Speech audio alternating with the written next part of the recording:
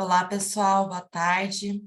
Sejam bem-vindos, sejam bem-vindas a mais um evento do Hub ODS Minas. Hoje a gente vai falar sobre o avanço das empresas mineiras rumo ao Net Zero. Para isso, a gente tem líderes empresariais de empresas que têm atuação em Minas, né? Então, estamos hoje com o José Luiz, da MRV, o Thiago Amaral, da CBMM, e o Rafael Tello, da Ambipar. E quem vai mediar o nosso encontro hoje vai ser a Thaís Souza, do Inter. O nosso encontro vai ter duração de 1h30, então estamos começando agora, por volta de 3h30 a gente encerra. E para começar, eu queria chamar o Rafael Tello, diretor de sustentabilidade da Ambipar, para fazer a abertura para a gente. Rafael, a palavra é sua. Obrigado, Laura. Boa tarde a todos, boa tarde aos palestrantes também. Satisfação a gente estar hoje aqui reunidos para falar desse assunto do Net Zero. Vi aqui nos participantes, a gente está com muitos amigos, muitas pessoas que são membros aqui da rede Desafio 2030, do Hub ODS Minas Gerais. Então, é bom a gente começar a falar desse assunto, né, do Net Zero. Bom, acho que para começar, né, para quem não acompanhou, Minas Gerais foi um dos primeiros estados a assinar o compromisso Race to Zero, né? Então, como estado, né, nós temos o compromisso de atingir a neutralidade climática até 2050. E isso é muito bom porque isso dá força para que todos os atores dentro aqui do estado estejam também comprometidos com essa meta, né? Então é bacana porque as empresas elas têm dentro do governo estadual um apoio para conseguir atingir os seus objetivos. Então acho muito bacana a gente estar aqui hoje e conhecer essas primeiras experiências. Net Zero é um conceito ainda em construção, no meu entendimento, é algo que a gente ainda precisa ter mais clareza, né, no que é e no que é para cada empresa nossa, né? Cada empresa vai ter uma realidade na busca do Net Zero, né? Então é bacana a gente ter exemplos reais para trazer essa discussão e a gente conseguir acelerar esse processo, né? Então hoje a gente já está aqui com o pessoal fera, né? Organizações que já estão lidando com esse desafio há muito tempo, né? Com muita seriedade. E eu acho que é uma oportunidade mesmo de ouvir, da gente dialogar e começar esse debate. Net Zero, né? Lembrando, é mais do que olhar só para dentro, né? A gente tem que olhar para as nossas cadeias, a gente tem que olhar para os nossos fornecedores, para os nossos clientes, e fazer isso com seriedade, com procedimentos, com uma visão organizada de longo prazo, é fundamental para a gente atingir isso. Então, hoje, né, acho que a gente vai ter muita oportunidade para discutir a importância de metas ambiciosas, estabelecimento de indicadores, como engajar os stakeholders nesse processo, e tenho certeza que todo mundo vai sair daqui com muita coisa nova para colocar em prática. Então, é isso aí, gente. Desejar aí um bom evento para todos e enfatizar que aqui na rede a gente está engajado em fazer esse e outros ODS evoluírem dentro das empresas, né? E o Hub ODS aqui, a gente quer trazer cada vez mais organizações, trabalhar mais junto, acelerar esse processo de aprendizado para a gente realmente conseguir facilitar o alcance de todos esses ODS por empresas e outras organizações de qualquer tamanho, em qualquer lugar.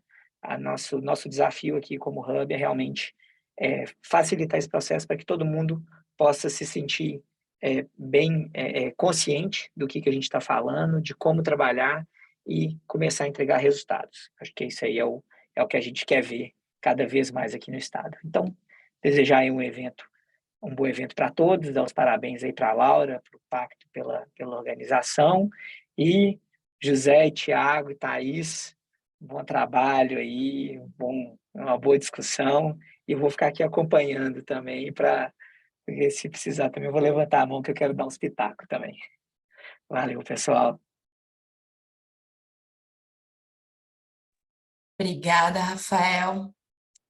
E agora, então, a gente vai para o nosso painel de lideranças, né? Quem vai participar do painel é o José Luiz Esteves da Fonseca, que é gestor executivo de Relações Institucionais e Sustentabilidade da MRV. e o Thiago Amaral, Head de Sustentabilidade da CBME. O painel vai ser mediado pela Thaís Souza, especialista de sustentabilidade do Inter. Bom, gente, boa tarde a todos. Hoje a gente está aqui para poder falar sobre, principalmente, né, sobre a ODS 13, mas é uma ODS que a gente consegue falar sobre todas as ODSs, eu acho que é a ODS que mais casa com todas, vamos falar assim, e talvez esse seja a ODS mais urgente que a gente tem que trabalhar, que é o foco em emergência climática, né? Então, eu já vou começar a direcionar as perguntas aos nossos convidados.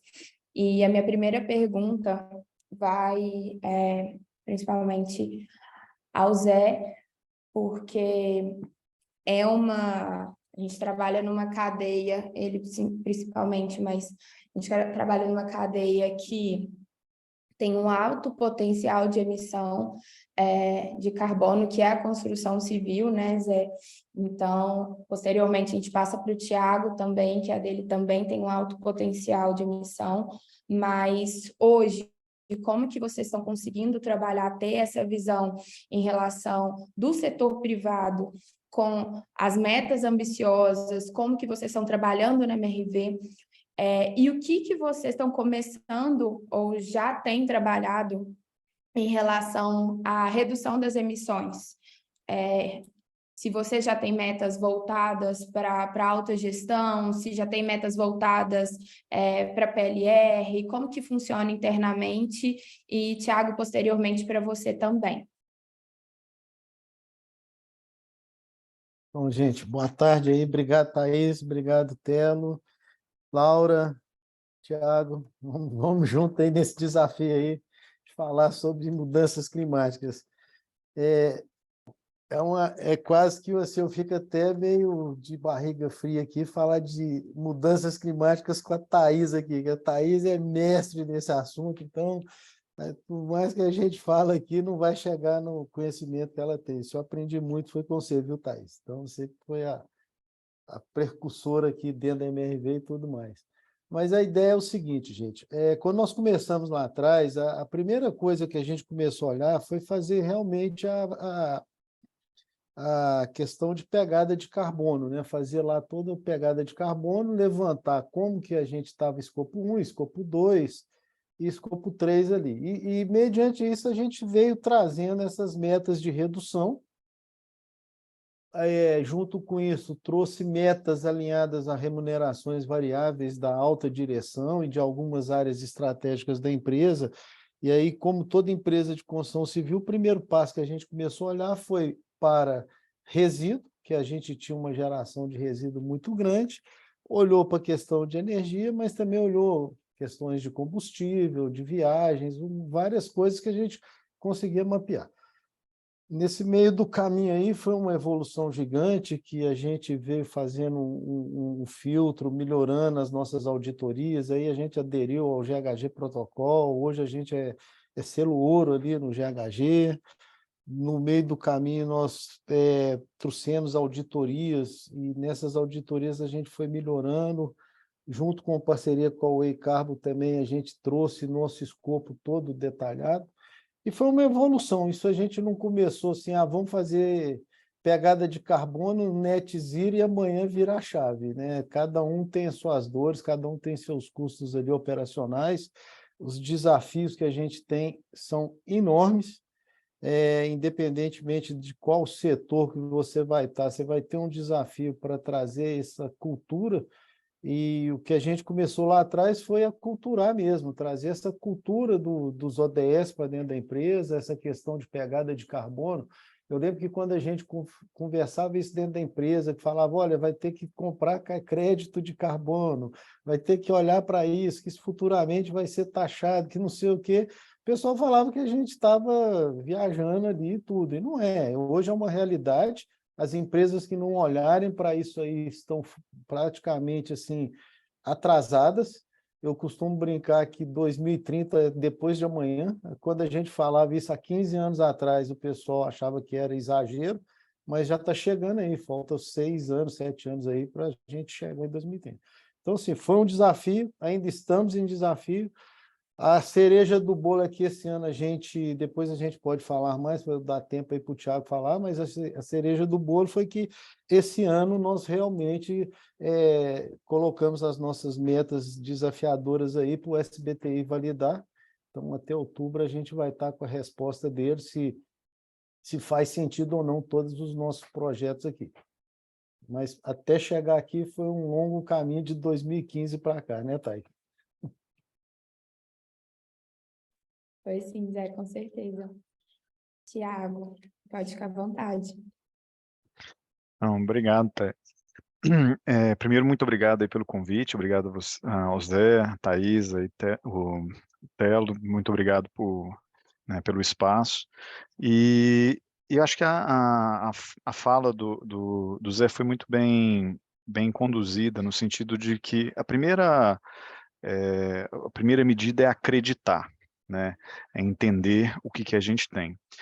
Eu vou dividir com vocês aqui um pouquinho do que é essa nossa jornada, né? O que a gente fez, esse passo a passo, que acho que ajuda a materializar com vocês esse nosso desafio, né? E esse nosso dia a dia aqui.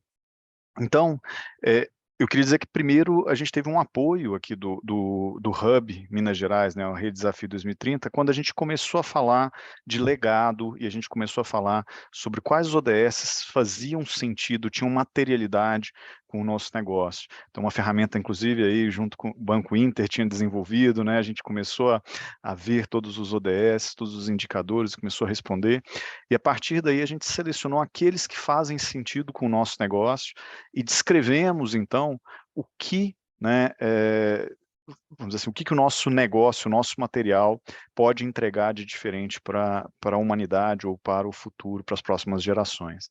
Então, quando a gente olha o nosso negócio, né, nós somos produtores de tecnologia de nióbio, né, produzimos diversos materiais aí de nióbio que vão melhorar e transformar os materiais e trazer materiais mais eficientes. Isso está intimamente ligado com a indústria, com a inovação e com a infraestrutura. Somos uma indústria com mais de 1.700 pessoas, então que tem que também estar muito conectada à questão dos trabalhos, das políticas de segurança do trabalho, trabalho justo, decente, além do consumo e produção responsáveis, né? E aí, como colocado pela Thaís, e aí vem a questão da ação climática, que é, na verdade, quase que uma cola para todos esses indicadores, que quando a gente trabalha de forma de consumo consciente, né, trabalho adequado, infraestrutura, a gente está falando da descarbonização. E aí, até complementando, né, por que é importante, né? A gente sempre fala que a mudança climática está muito ligada com a água. A gente tem feito trabalhos de aumento da recirculação de água, redução. Hoje a gente usa 25% só da água que a gente usava lá atrás, né? Ou seja, 25 metros cúbicos só por cada tonelada de produto, né, comparando 2009 com hoje em dia. 96% da água que a gente usa no nosso complexo industrial aqui, ela é água recirculada, é água reciclada. Isso é muito importante porque a mudança climática ela está ligada aonde a água está nos diferentes regiões. Ela está no mar, ela está no ar, ela está nos rios, na terra, ou ela está em regiões congeladas. E o aumento da temperatura, né, temperaturas mais elevadas vão aumentar a quantidade de água retida na atmosfera. Ao aumentar a quantidade de água retida na atmosfera, ou reter a água na atmosfera significa maior evaporação, menos água disponível nos reservatórios para geração de energia, para uso de água e eventos extremos. Uma vez que essa água que estava na atmosfera ela encontra frentes frias, você vai ter eventos mais extremos, de chuvas mais intensas aí no dia a dia. Então, por isso, ter uma boa gestão da água é dizer que você está gerindo a continuidade do seu negócio. E o segundo ponto é dizer que você tem que gerir energia. 73% das emissões no mundo vem do uso de energia das diversas indústrias.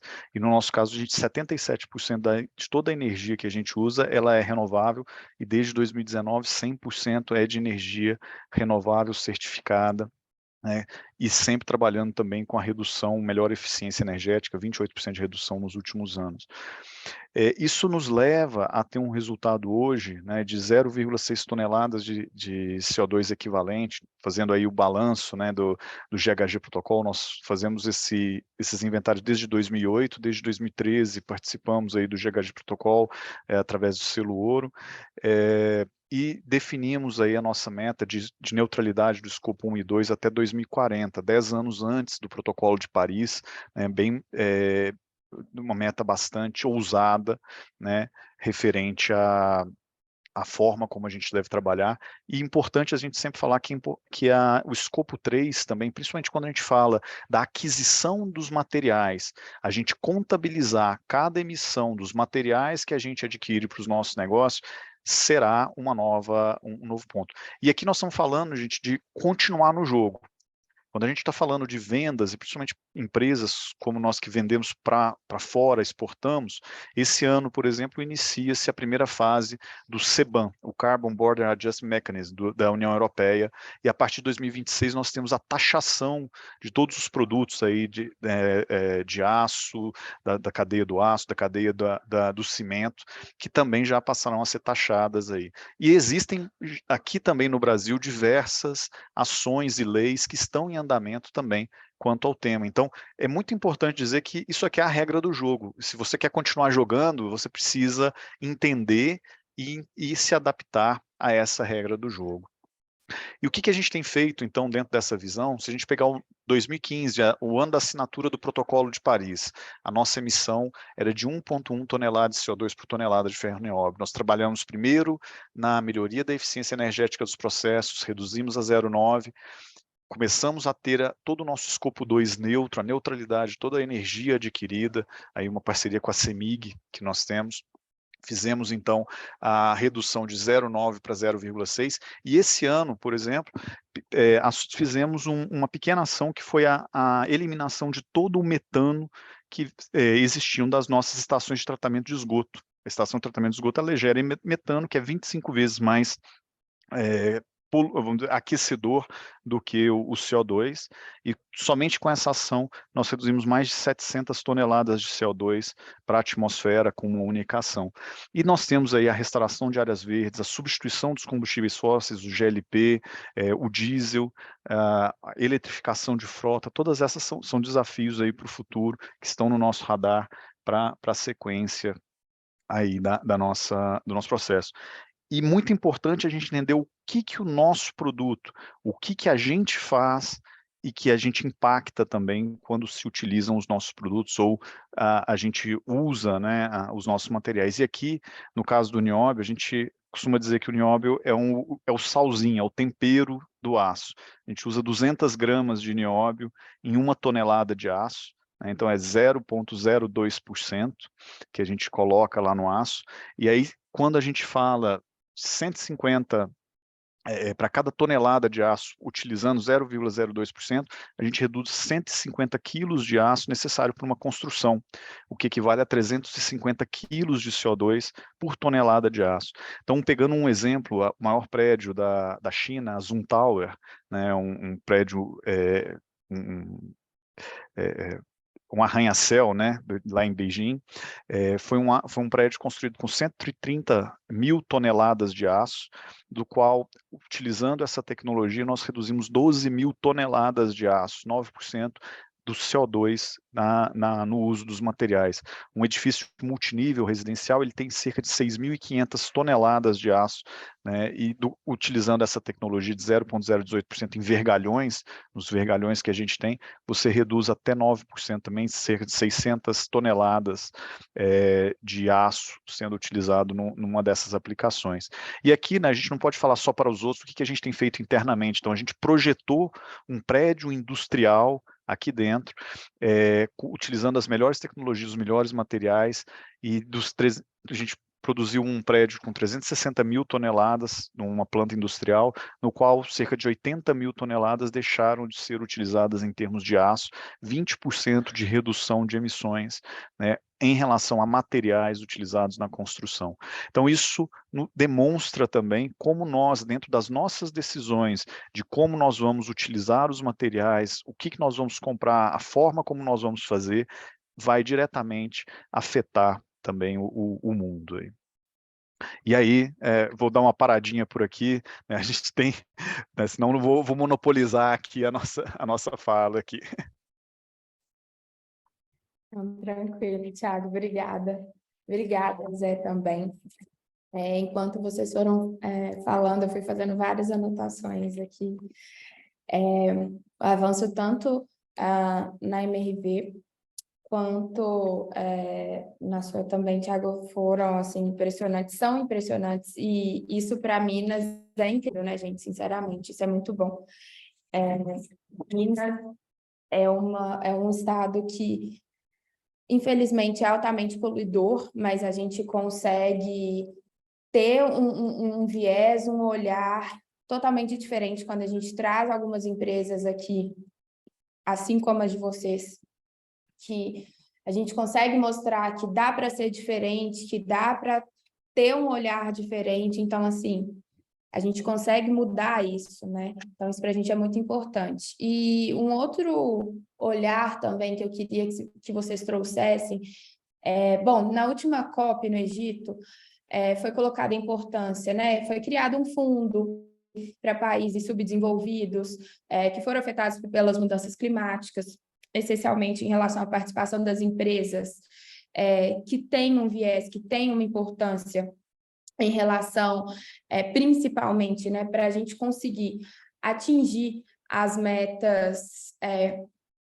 focadas principalmente no Acordo de Paris, vamos falar assim, né, são essenciais para que isso ocorra, querendo ou não, para que aconteça, e sabendo que 1/3 do PIB do mundo está na mão das empresas, e para que, querendo ou não, voltando lá no assunto da COP, né, seria fundamental para que esse fundo ocorra e que dê tudo certo em relação a esses países, a participação dessas empresas, a participação também dessas empresas assinando, né, desculpa, fugiu o nome aqui, desculpa, Net Zero e etc., seria fundamental que as empresas começassem a olhar para mudanças climáticas, emergências climáticas com a responsabilidade que se deve ter, né? E com isso vocês trouxeram tanto a parte histórica da empresa de vocês, quanto como está o status hoje.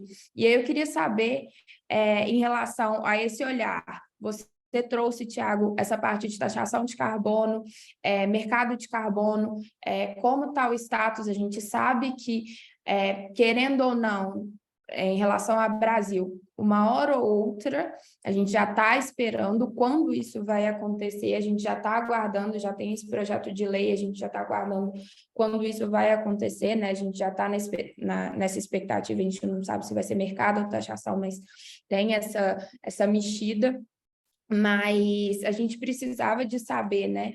Eu queria ver de vocês, qual a opinião de vocês, quais as dicas que vocês dariam para um líder empresarial que está começando a construir a estratégia Net Zero deles, o que seria o primeiro passo a passo, qual seria o primeiro olhar, o que ele deveria trabalhar para que essa empresa corra atrás do prejuízo de não ter olhado durante tanto tempo para clima e para o status que está hoje em relação a trabalhar com Net Zero, sendo uma empresa que nunca trabalhou com esse tema, sabe? Thiago, até se você quiser começar a falar, pode ficar à vontade, tá? Não, tá ótimo. Eu acho que eu gosto sempre de dividir, quando a gente fala de mudança climática, em 2 aspectos. Existe a adaptação climática e existe as ações para o Net Zero, para a descarbonização, né? Então, primeiro, é muito importante todo mundo entender qualquer empresa vai ser afetada pela mudança climática. Nós precisamos nos adaptar. Seja por falta de água, seja por uma energia mais cara, seja por um aumento dos níveis dos oceanos, chuvas mais intensas que vão necessitar de estruturas de drenagem mais, vamos dizer assim, parrudas, né? Mais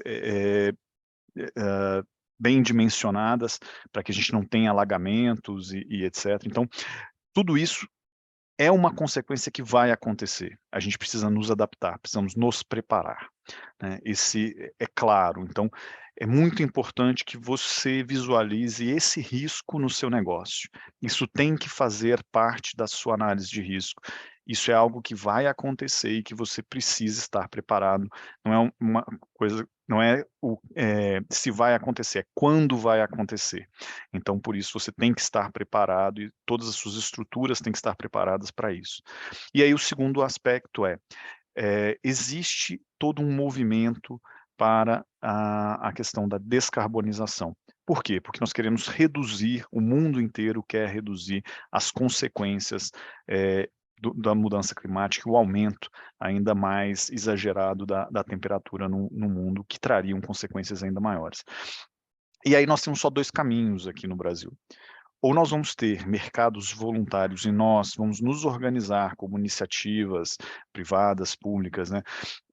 Vamos nos organizar para transformar isso em algo positivo, ou vai ser impositivo, através de uma taxação, que é muito mais simples, inclusive, de regulamentar. Eu coloco ali uma taxa, dependendo da sua emissão.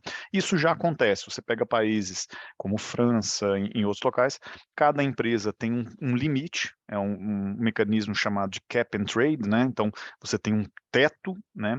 E se você começa a emitir acima daquele, você paga a taxação acima daquele teto. Então, esse é o mecanismo de cap and trade. Se você tem abaixo, você tem um saldo e você faz a comercialização. Porém, a tendência é que esse teto cada vez ele vai reduzir ao longo do tempo e você vai ter que investir e fazer mudanças. Existe, inclusive, uma discussão muito intensa em vários locais, inclusive na Europa, sobre a possibilidade de utilizar créditos de carbono, né, de comprar créditos de carbono, porque se entende muitas vezes que esses créditos eles têm pouca rastreabilidade e pouca conexão real com a retirada efetiva de carbono da atmosfera.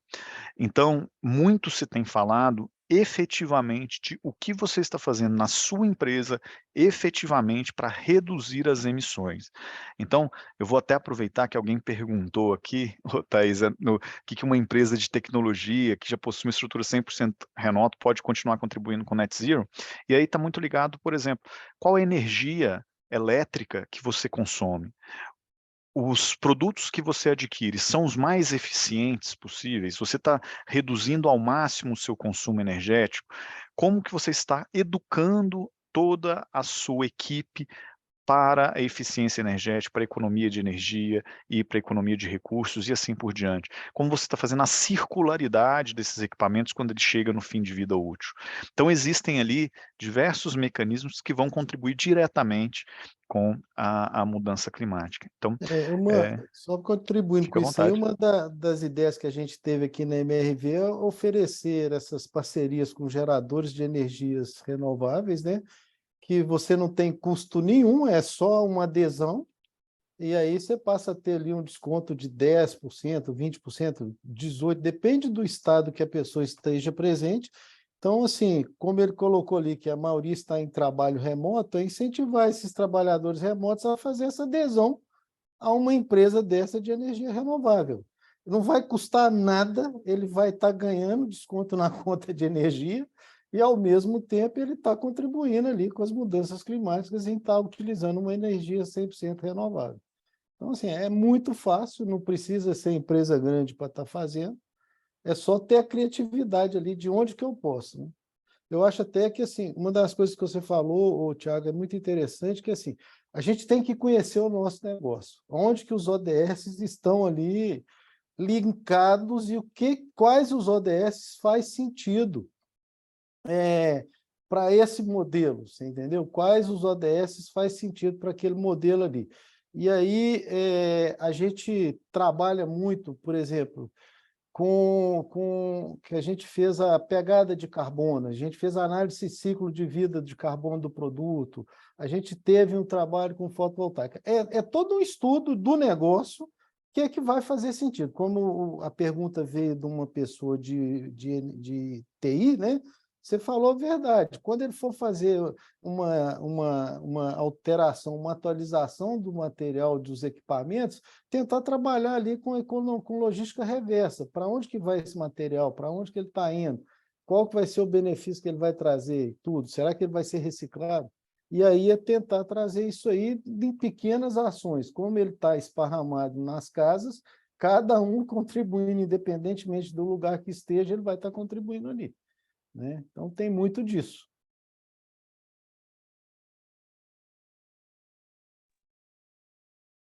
Zé, você também como líder empresarial e trabalhando há tantos anos como à frente, né, de clima na MRV, como que você enxerga a apoiar esse novo líder a estar à frente e incentivá-lo, né, a trabalhar como clima, assinar um net zero, explicar a importância para ele, explicar o quanto ele tem que correr atrás do prejuízo.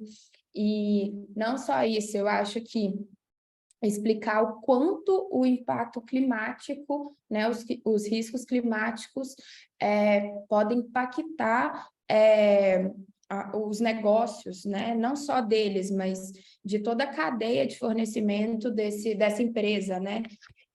Eu queria saber um pouco a sua opinião. Bom, Thaís, deixa eu tentar ver se eu compartilho aqui com você também o que a gente fez aqui, que a gente chama de matriz de materialidade, só para o pessoal entender, que é onde a gente começa a enxergar o problema, né? Vamos dizer assim. Uhum. É porque eu acho, enquanto você compartilha, Zé, um ponto muito importante, gente, em relação ao clima, é que as pessoas não enxergam que clima não impacta só a empresa da pessoa. Então, envolve toda uma cadeia de negócio, toda a Toda uma cadeia de cadeia. fornecedores, todo um prejuízo em cima daquele negócio que não é enxergado, a maioria das vezes, por aquela empresa ou por aquelas pessoas que não entendem sobre aquele assunto, porque fica uma coisa muito mais superficial, por ser uma pessoa específica que trabalha por aquele tema, e aquele tema não consegue subir para a alta gestão, que não vê clima como um tema estratégico para o negócio. E hoje, clima, querendo ou não, é um tema financeiro. Então, enquanto não botar clima na ponta do lápis e mostrar o quanto ele impacta no negócio, a autogestão não consegue enxergar esse tema, infelizmente. Então, eu acho que clima tem que estar dentro da estratégia, né, meu ponto de vista. Clima tem que estar dentro da estratégia do negócio. É um tema extremamente delicado na maioria das empresas, envolve seus fornecedores, sua cadeia, e assim por diante, né?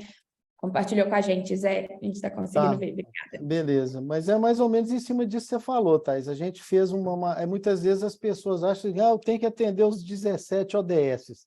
Não, ela tem que fazer essa materialidade, fazer um estudo ali com os stakeholders, ou então internamente, ver o que ela pode atuar e aí trazer. Essa aqui é uma materialidade nossa, que foi feita há 2 anos e meio, mais ou menos, em que apareceu, se vocês observarem, apareceu o ODS 13 aqui, que é o de mudanças climáticas. Por quê? Porque a construção civil é uma atividade que impacta, querendo ou não, na atividade urbana, no meio ambiente, impacta de vários modelos. E só apareceu ali na construção sustentável? Não, se você olhar, você vai ver que tem economia circular, vai aparecer cidades sustentáveis, vai aparecer ali eficiência operacional. Isso tudo vem trazendo os estudos que a gente começou, e aí deixa eu andar aqui rapidão, o que a gente fez? Epa, agarrou aqui, peraí. Essa aqui. A gente fez toda uma análise do valor da cadeia de produção em cima de, desde a hora que a gente compra um terreno, até o uso e ocupação daquele produto nosso ali, que é a entrega para o cliente final. Então, se vocês observarem, mudanças climáticas estão em todas as etapas do negócio. É só pegar ali, na hora que eu compro o terreno, está aparecendo, na hora que o projeto está aparecendo, com os fornecedores, qual vai ser a pegada de carbono do fornecedor, que é meu escopo 3 ali, que é o maior peso que a gente tem na construção civil. Durante a construção ali, o que eu vou estar gerando de impacto em mudanças climáticas, e depois de uso e ocupação, que a gente detectou e chegou lá na análise de ciclo de vida falando, olha, energia, água e resíduo urbano. Então, são 3 itens que acabam impactando em mudanças climáticas, que é o uso do produto no final. Em termos disso tudo entra a governança, que também apareceu ali a questão de mudança climática, de como que a empresa vai estar se posicionando no mercado. Então, gente, quando vocês perguntam assim, como que eu posso orientar um empresário, ele primeiro tem que entender, o meu negócio impacta como, em qual ODS. Não precisa ser especialista, basta olhar para um ODS e falar assim, eu estou impactando nesse ODS, o meu produto gera algum tipo de impacto, o meu fornecedor traz esse impacto. E aí, assim, a gente começou a buscar todas as opções de energia renovável e chegamos aqui num item aqui final. Deixa eu trazer aqui mais para frente.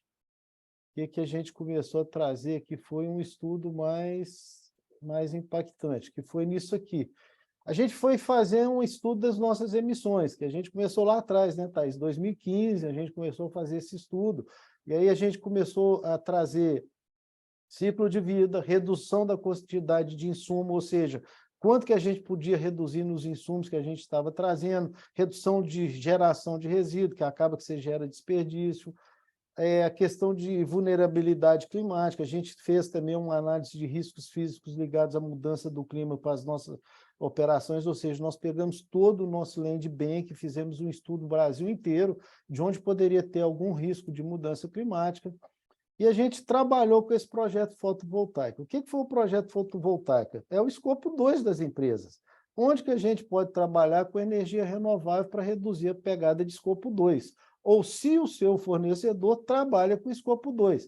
Igual a pergunta do assistência aí, falou, eu trabalho com TI e eu não tenho como trabalhar. Tá, eu posso, na hora de contratar esse da TI, virar para ele e falar assim, vem cá, você está consumindo energia renovável no seu processo ou no seu escritório?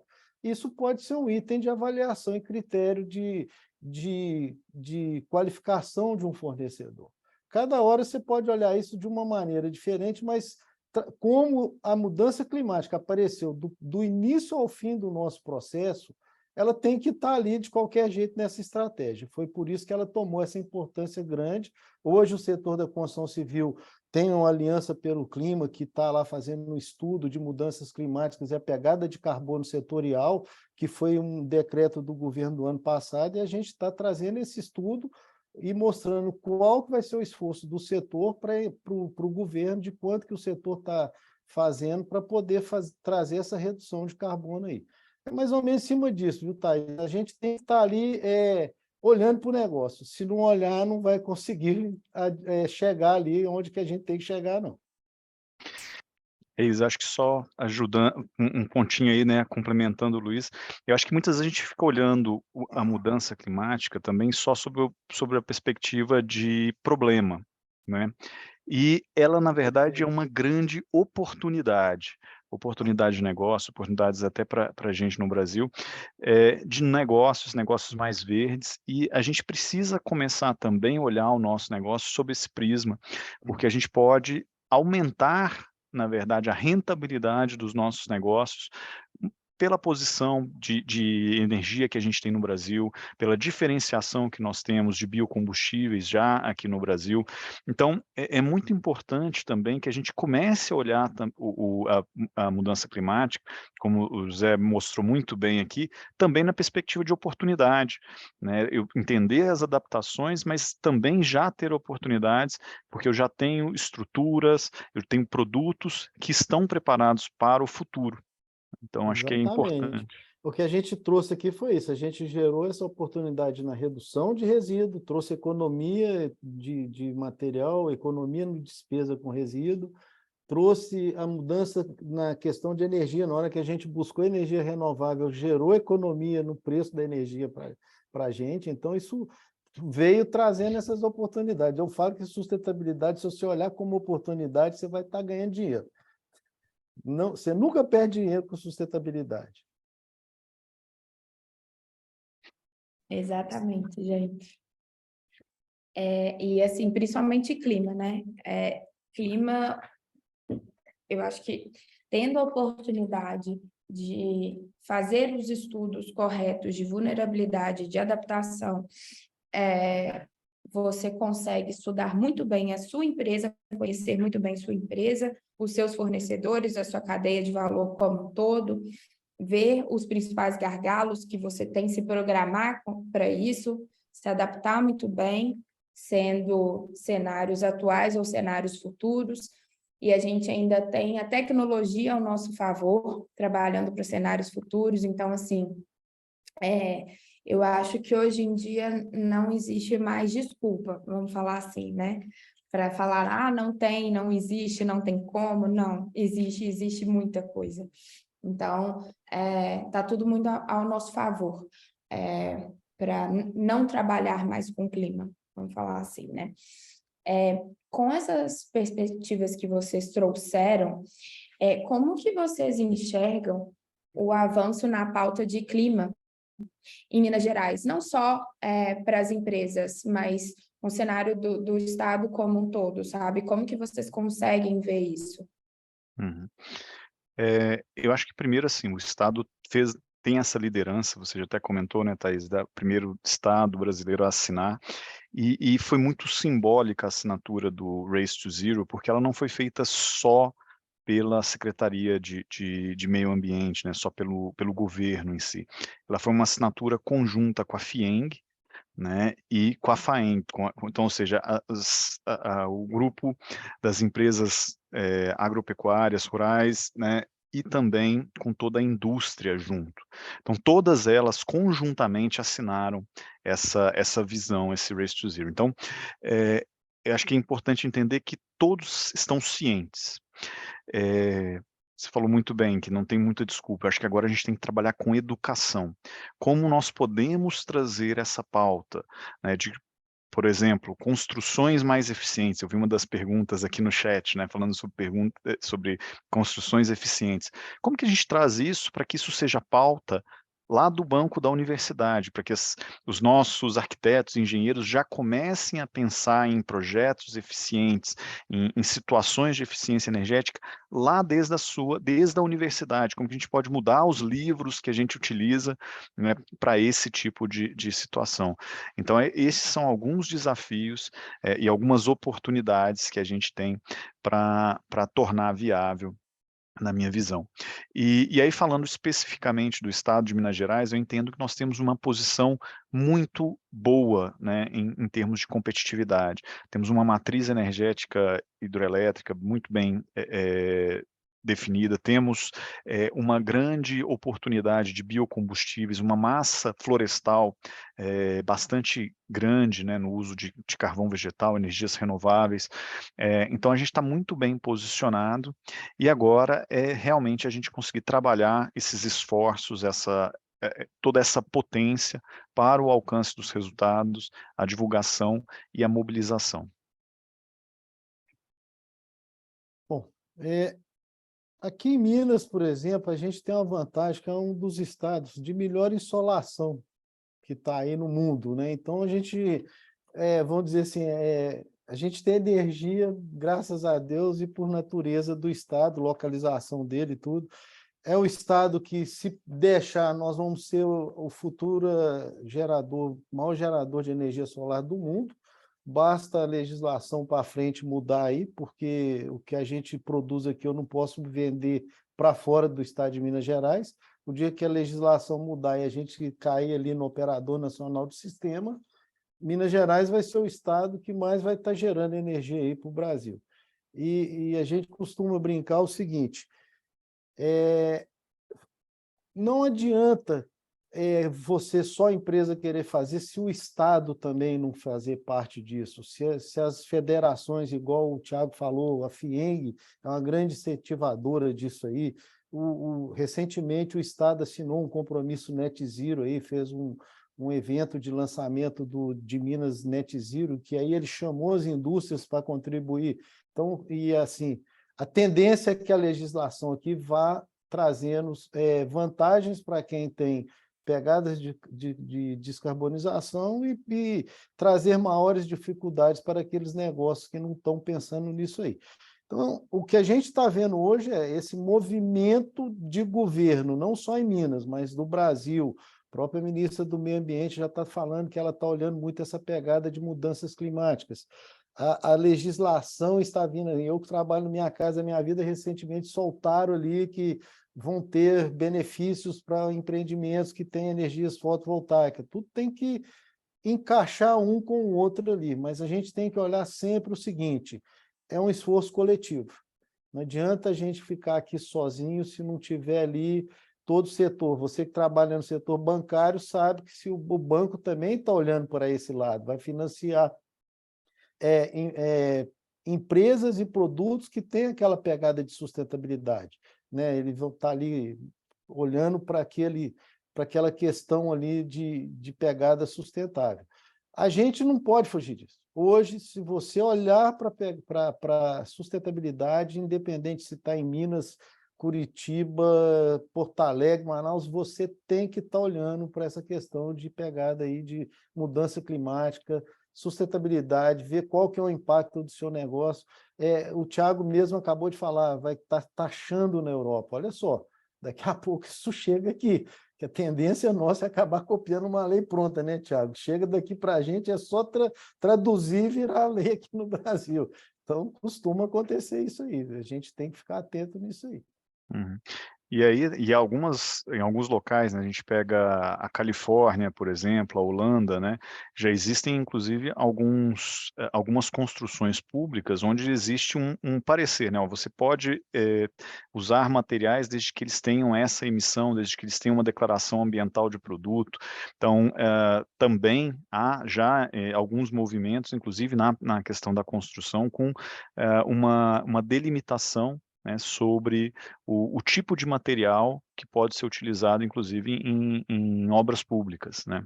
E essa tendência, ela vai sendo cada vez mais copiada, como o José colocou, né, pelos outros locais. Então, aquilo que vai funcionando vai sendo utilizado como referência em outros locais. Então, a gente precisa estar preparado.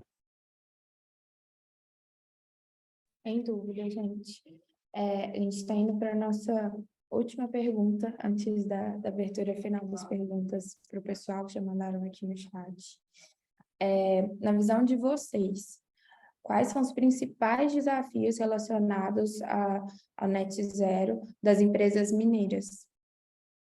E aí eu acho que é um mega de um desafio, porque em relação ao meu ponto de vista, quando a gente trabalha com clima, já é um desafio gigantesco. E quando a gente fala sobre assinar um SBTi, assinar um compromisso público sobre 1,5 grau e etc., e assinar compromissos onde a alta gestão, né, está envolvida e assume, né, essa bronca ligada a clima dentro da empresa, é um mega desafio, né? Eu queria ver o ponto de vista de vocês também em relação a isso. Quer começar, Thiago? Posso começar, né? Dá tempo. A Thaís vem com as perguntas complicadas, mas vamos lá. Não, mas eu acho que, em primeiro lugar, o desafio são as pessoas entenderem a necessidade, né, da ação, a necessidade do negócio e as oportunidades que estão sendo geradas, né, por esse negócio, né? Não é ir contra ou a favor, é um fato, né, e a gente precisa agora trabalhar com esse fato, a partir dele, quais são as nossas oportunidades, como nós podemos, como os nossos negócios podem se adaptar, como os nossos negócios podem contribuir no dia a dia. Então, esse eu acho que é um primeiro desafio. O segundo desafio, eu acho que é como falar a mesma língua, né? Porque quando a gente começa a falar, por exemplo, de emissões, qual é a minha emissão específica, o meu total de emissões, e aí você tem um padrão, mas ao mesmo tempo do padrão existem exceções, e aí são tantos pequenos detalhes que às vezes acaba se perdendo o foco principal do entendimento. Então, a gente precisa começar a ter um entendimento mais global, algumas regras. A gente falou um pouco sobre contabilidade, né? Já existem algumas discussões, né? E TCFD na Europa, por exemplo, já é obrigatório um capítulo, né, dentro da sua declaração financeira para uma análise do risco climático e como que isso vai influenciar. Você vai deixar você tem fornecedores que vão quebrar, você tem clientes que podem não te pagar por conta da mudança climática, né, e assim por diante. Como é que está a sustentabilidade do negócio de futuro? Então, tudo isso faz parte de uma análise também financeira de continuidade do negócio, né? Então, eu acho que a gente precisa, esse é um outro grande desafio, como podemos falar a mesma língua para que a gente possa realmente se entender de forma muito clara. E aí, por isso, falei muito da questão da educação também. Acho que a educação muda tudo e move o mundo, né? Então, eu acho que essa questão da educação para o clima, ela é fundamental também, que passe a ser algo de rotina, né? Para que as pessoas saibam conversar, saibam falar, saibam das opções e oportunidades, né? Então, terminando por aqui, deixar o José falar um pouquinho, mas acho que esses são os primeiros grandes 2 desafios que a gente tem. E aí, claro, não vou entrar aqui no aspecto econômico, né, que seria, eu vou precisar de investir na minha indústria, vou ter que gastar dinheiro para mudar minhas operações, mas isso eu entendo que é um problema que eu diria até curto prazo. Já existem muitas linhas de BNDES, muitas linhas no mundo inteiro que já vêm sendo criadas. Aí você, Thais, aí como Banco Inter, pode até nos ajudar melhor, né, frente a essas questões aí. Mas existem já muitas linhas e muitas visões, né, que estão nessa direção para também fazer esse investimento nas mudanças dos processos atuais. Thais, assim, quando você fala Minas Gerais, é engraçado, porque assim, aqui nós estamos com 2 empresas que têm impacto de qualquer jeito, não tem como fugir disso.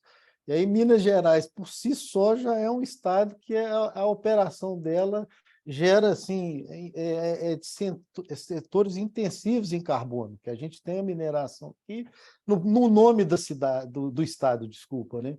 Então, não tem como a gente fugir disso. E aí, como que a gente tem que olhar isso? É como que nós vamos poder fazer o diferente no produto que Minas Gerais gera para que ele venha com essa pegada de carbono menor do que outro concorrente. Então, quando o Thiago fala lá que ele coloca ali o nióbio lá no processo de produção do aço, as aciarias de Minas, utilizando isso, ela consegue gerar um aço de maior resistência. Ao mesmo tempo, você consegue, eu como construtor na cadeia final ali, utilizar menos aço nas estruturas de concreto armado. E aí a gente começa a ser uma cadeia que gera ali benefício de baixar custo futuro, porque estou usando menos aço, né, para o cliente final, e aquele produto vai ter uma pegada menos carbono do que um produto comercial que está hoje no mercado. O que a gente sempre tem buscado é exatamente assim, essa parceria público, privado e sociedade. Não tem como ficar algum stakeholder de fora. Quando você vai para a sociedade, eu falo o seguinte, o cliente tem que começar a cobrar também. Qual que é a sua pegada? Será que a minha pegada de carbono, o resíduo que eu estou gerando, está indo para uma reciclagem correta? Eu estou contribuindo com essa reciclagem? Ou então eu vou comprar, em vez de comprar a base, eu vou comprar mais refil do que o normal? Cada um tem que, fazendo a sua parte, a gente trabalha isso. E Minas tem uma característica diferente ainda, que nós estamos no meio do país. E aí a gente tem que, dependente de ferrovia, rodovia, para chegar ali para qualquer tipo de exportação. Então, a gente acaba tendo esse impacto de transporte. E foi aonde o Estado de Minas começou com o Net Zero, exatamente nessa cadeia de transporte, como que as transportadoras podem reduzir a pegada de carbono usando biodiesel, veículos elétricos. Agora está aí se falando em incentivo para imposto de veículos elétricos. A gente vai ter que estar trabalhando assim, É inicialmente barato? Não, mas na hora que a gente começa a olhar para a escala, aí vai começando a baratear o custo, porque começa a viabilizar o volume que está sendo usado e a redução que isso vai trazer. Aí eu costumo brincar o seguinte, por enquanto está sendo caro porque a gente não é taxado, mas na hora que taxar e você pôr a conta reversa, aí vai ficar barato. Então, quem está lá na frente vai, o famoso ditado, vai chegar primeiro, vai beber água mais limpa, vai conseguir comprar créditos de carbonos mais baratos, vai conseguir fechar parcerias futuras com crédito de carbono mais barato de quem tiver que comprar emergencial. E toda compra emergencial acaba saindo cara quando a pessoa não está lá prevendo aquela compra, né? Então, é muito disso, né? Sem Vamos lá. dúvida. Tá certíssimo. E um outro ponto legal dentro do que vocês trouxeram, né, gente? Eu acho que esse ano, para as pessoas que não conhecem, tá, gente? As empresas que são abertas, elas são obrigadas a responder o formulário de referência. É um formulário que ele é aberto, que eles têm, né? As empresas têm que prestar conta para os seus acionistas, stakeholders, etc. E esse ano é o primeiro ano que as empresas são obrigadas a falar sobre ESG, um dos pontos principais, mudanças climáticas.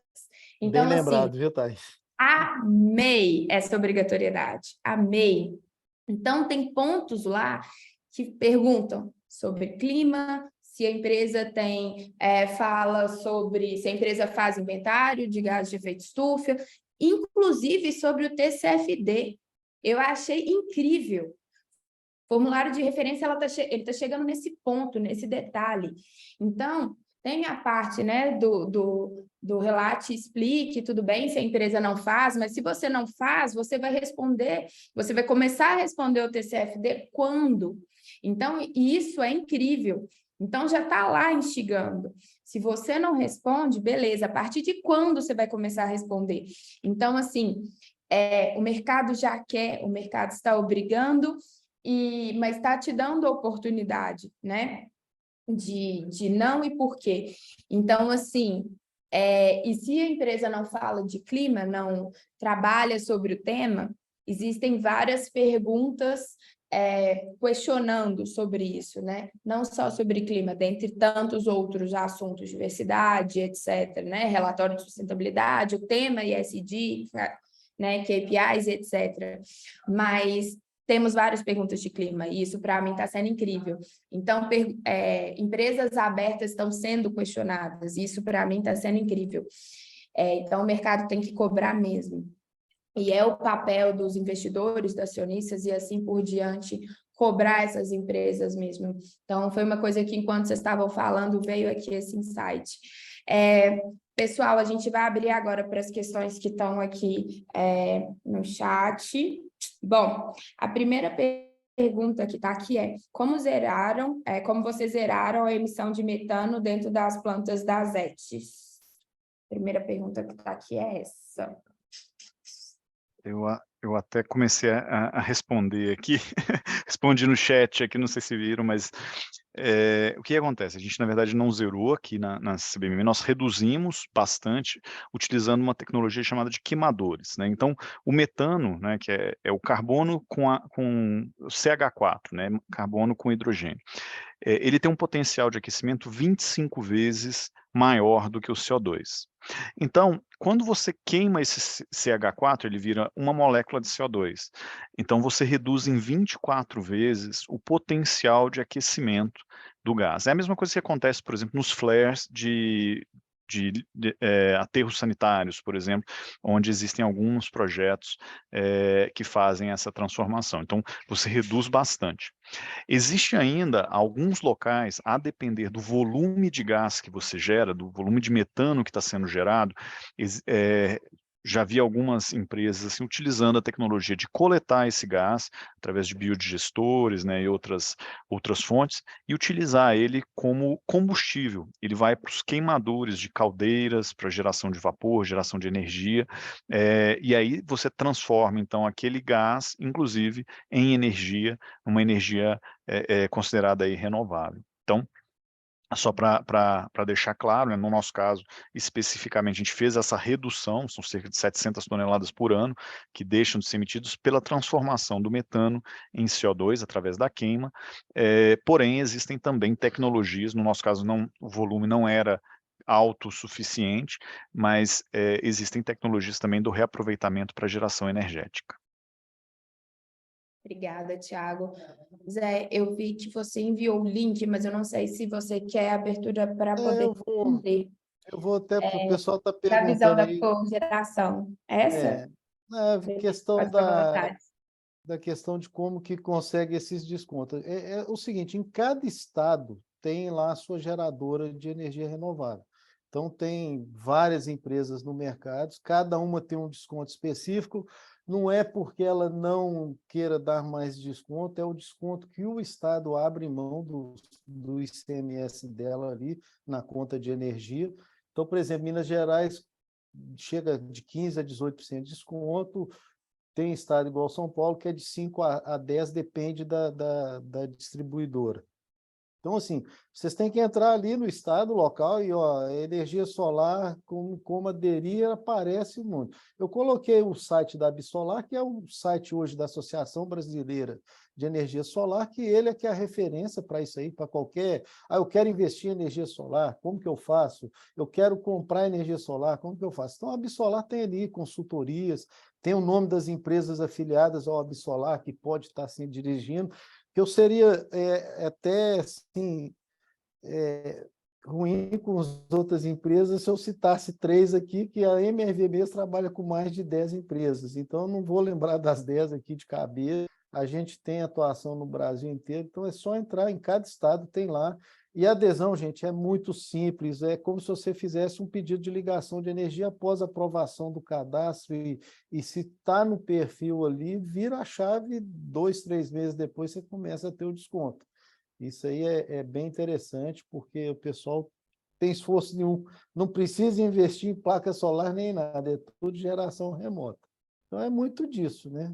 Eu não sei se teve mais outra pergunta aí, eu não Teve, Zé. Teve uma que foi não consegui direcionada para você. acompanhar Teve uma que foi direta. direcionada.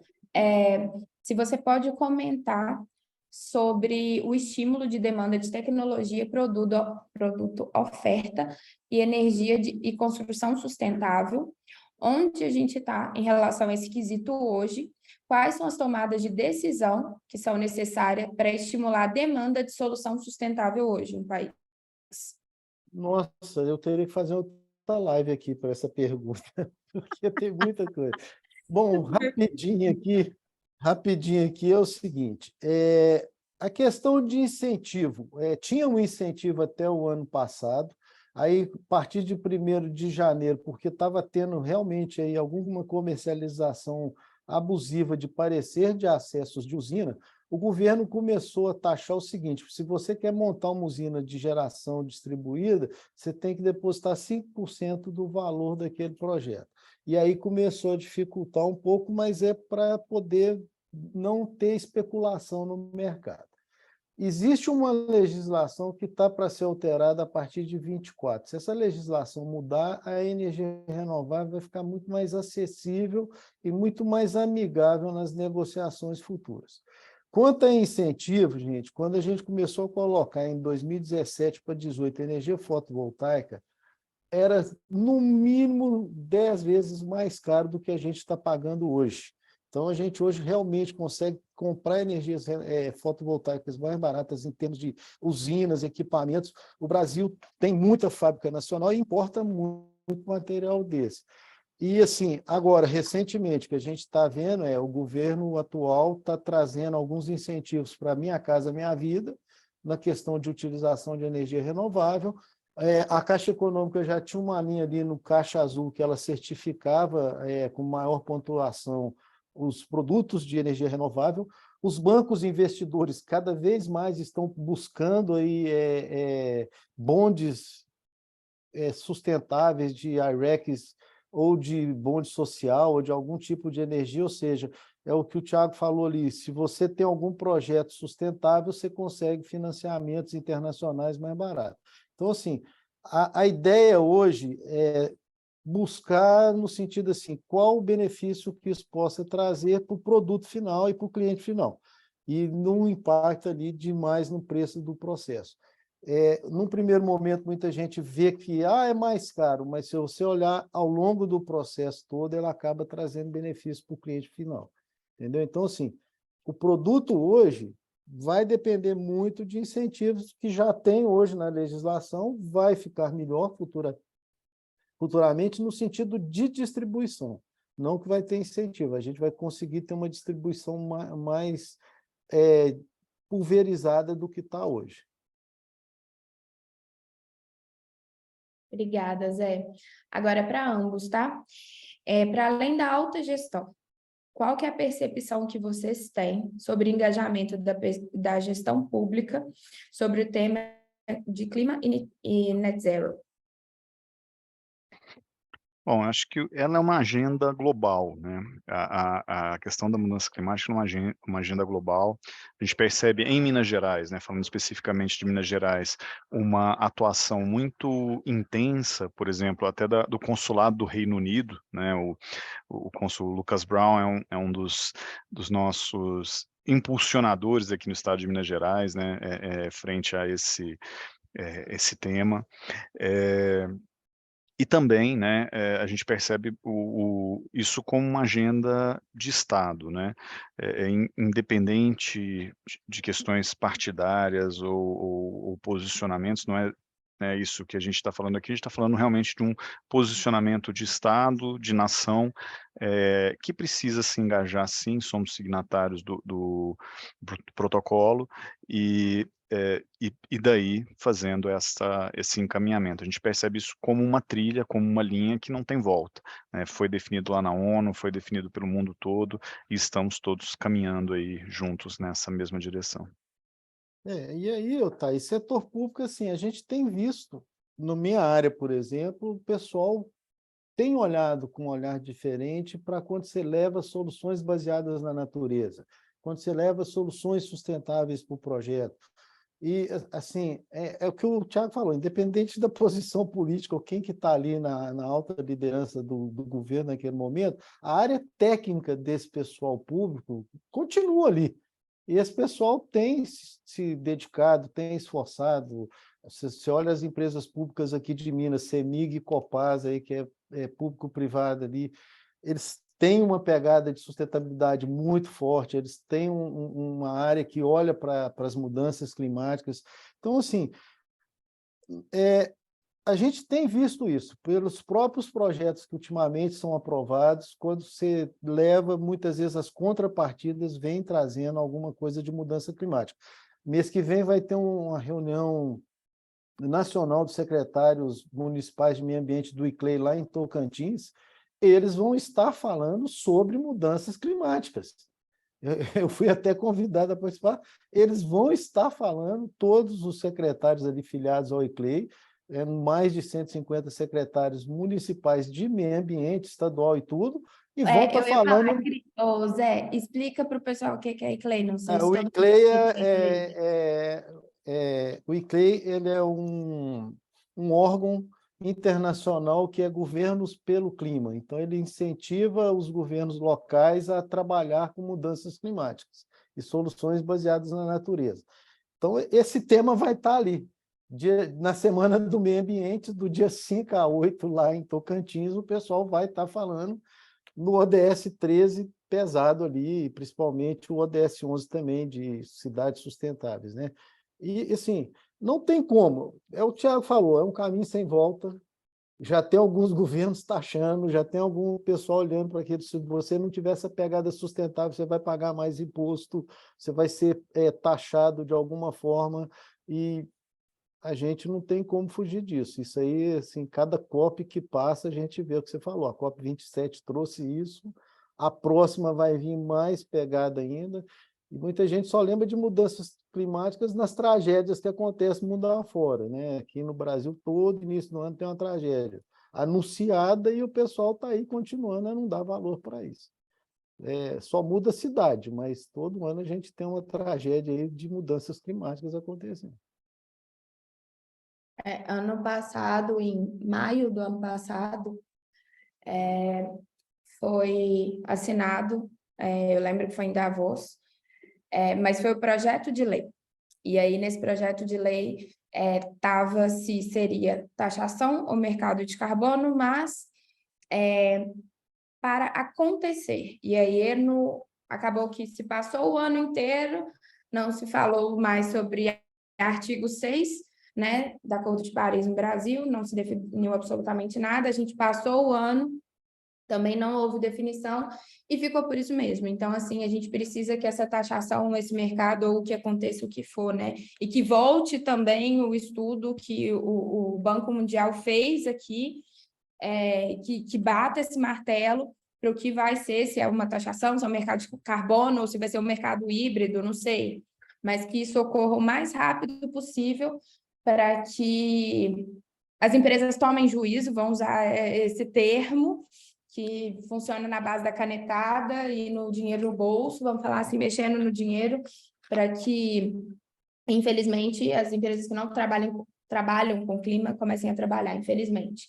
Bom, última pergunta, pergunta que fala sobre, a Andrea fez, qual método que a MRV e a CBMM trabalha usa para calcular as emissões? Qual que é a metodologia que vocês usam? Acho que o Zé também falou, aqui a gente usa o GHG Protocol Brasil, né, é uma iniciativa da GV, né, aqui no Brasil existem as planilhas, né, de ferramentas de cálculo, são bem simples, bem fáceis aí de serem utilizadas como referência, isso quando a gente está falando do trabalho como um todo. E aí, quando a gente fala de escopo 3, quando a gente fala de análise de impacto, né, as EPDs, né, Environmental Product Declaration, as declarações ambientais de produto, aí sim a gente usa algumas ferramentas um pouco mais complexas, softwares mesmo, para fazer o cálculo dessas emissões em toda a cadeia, com todo o escopo e todos os critérios, né, irracionais aí, econômicos que a gente precisa colocar para esse cálculo completo. Eu não fujo da regra, a gente começou com GHG Protocol, ICO2 e tudo, meio do caminho, devido à robustez da operação, tivemos que contratar o software do Climas ali, da Way Carbon, estamos com ele até hoje, inclusive é uma empresa mineira, originária aqui em Minas também, e está aí hoje mundial, e depois desse período, que a gente está aí agora, apresentamos a metodologia do SBTI. Então, nós apresentamos todo o estudo em cima do SBTI, que é as nossas metas de descarbonização, que a gente está levando para ver a validação que vai ser em outubro. Então, assim, não mudou nada, a gente só trouxe o que a gente já fazia um mapeamento em cima do GHG Protocol, o que a gente apresentava para o mercado e está levando ali as nossas metas de descarbonização, e tem que ser metas desafiadoras, né? Não pode ser uma metazinha qualquer, você tem que levar um desafio para que possa trazer isso aí. Aí traz o escopo 3, traz uma série de situações. Eu vi que tinha aí uma pergunta sobre a questão de pequenas, médias empresas, qual que seria... Só para aproveitar o que nós estamos falando aqui, gente, é o seguinte, não tem uma metodologia correta. Aquilo que eu falei lá atrás, começa a pegar ali pelos ODS, ou começa a pegar o tema de CO2 e veja se aquilo ali faz sentido para a sua empresa, independente do tamanho ali, como que eu posso trabalhar com descarbonização? Às vezes a sua descarbonização está na energia, está só ali na energia, é um escritório ali que consome energia. Então, a minha descarbonização vai ser na energia. Ponto. É um escritório de 3 pessoas que vai reduzir energia. Né? Thais lembra do início, a hora do planeta, vamos desligar a energia, vamos ver quanto que a gente reduziu, vamos comprar energia renovável. Isso a gente veio trazendo, não começou ali do máximo. E, ao mesmo tempo, a gente tem trazido isso, os nossos fornecedores médios também, a trazer essa cultura de descarbonização também. O que ele pode contribuir com o produto dele? Então, assim, começa mesmo de pequeno, tá? Não tem uma fórmula igual para todo mundo, tá? Não existe isso.